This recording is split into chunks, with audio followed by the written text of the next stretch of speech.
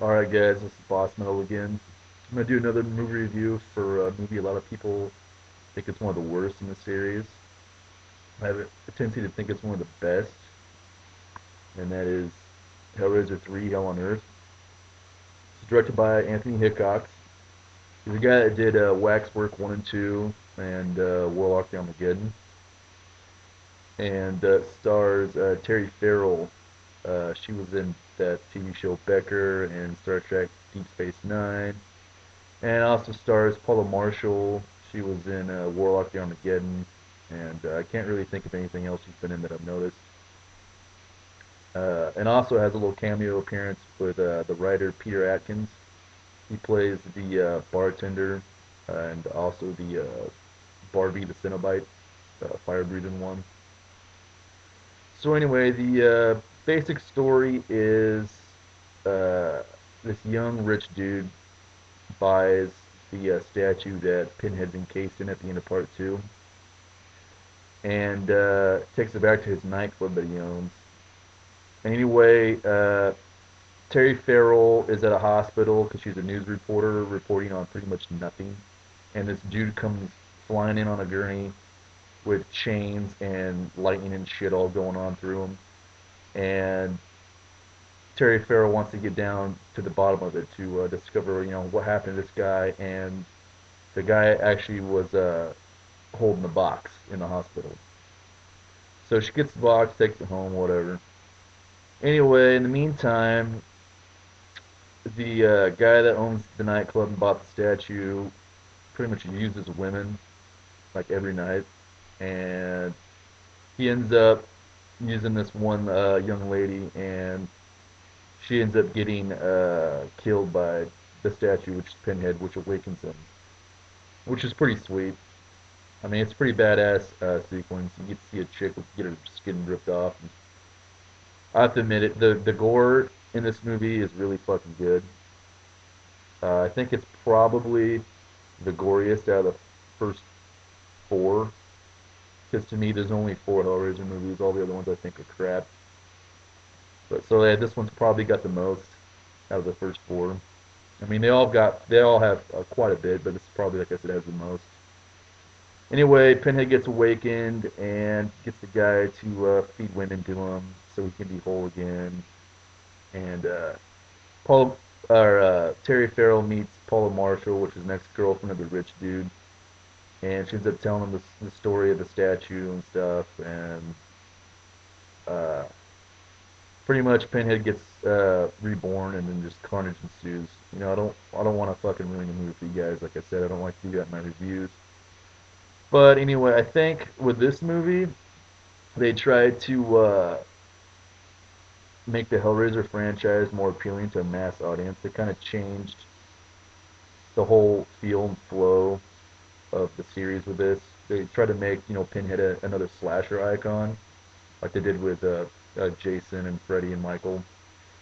And in my opinion, I don't really think that really worked too well in here because to me, Pinhead's more of a character that needs to be in the background. He kind of watches what goes on. He doesn't really go around slashing people just for the hell of it.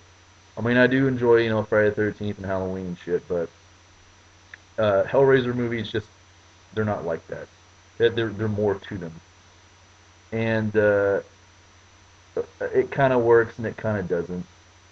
But this movie was written by Peter Atkins. He's the guy that wrote Hellbound and of course Hell on Earth, and he wrote Bloodline. And uh, it it kind of works for the setup that he tried to do with it, but I mean I like the fact that he expanded on Pinhead's background, where he was part of World War One, and they kind of show he became a Cenobite, and I really like that aspect of it. But the overall flow of the movie, the overall story of the movie kind of sucks. I mean, I kind of do like the fact that they have a TV news reporter going down to it because I mean that's her job. She is to get down to business and figure out the story, which I thought was kind of cool rather than just having the box open and then Pinhead just goes starts killing all these people. So that aspect was cool. And I mean, I did enjoy Hellbound, but this movie on its own, I mean, you get Hellraiser, which was here, and Hellbound, in my opinion, because I think those two movies are just one big fucking movie, in my opinion. And then you get Hellraiser 3, which meets about halfway, which just doesn't capitalize on that, that eerie atmosphere and overall flow and everything of the first two. Try to do something different. I mean, Anthony Hickox, like I said, he was the dude that did the Waxwork movies and Warlock Armageddon, which I really enjoy. It's another movie that I'd recommend. He's more of a action horror kind of like action horror guy, and I don't really think he fit, in my opinion, to direct a Hellraiser movie because you get Clive Barker, which really did the Alice Ordinary kind of weird, tense atmosphere, and then you get Tony Randall who did Hellbound, which is also kind of in the same vein of Clive Barker, but he wants you to see more of it. And Anthony Hickox, he did an all right job, but like I said, he's more of an action horror kind of guy. Overall, it's all right, directing wise. The music's good, it's the same score from the first two movies, and the makeup effects are really well done. Doug Bradley returns as Pinhead, and he of course always does a pretty kick-ass job. His makeup looks really good, and the gore scenes and the deaths, all that stuff looks really well done. You can tell they had more of a bigger budget with this one than they did with the first two. Um, Overall, it's a pretty decent movie.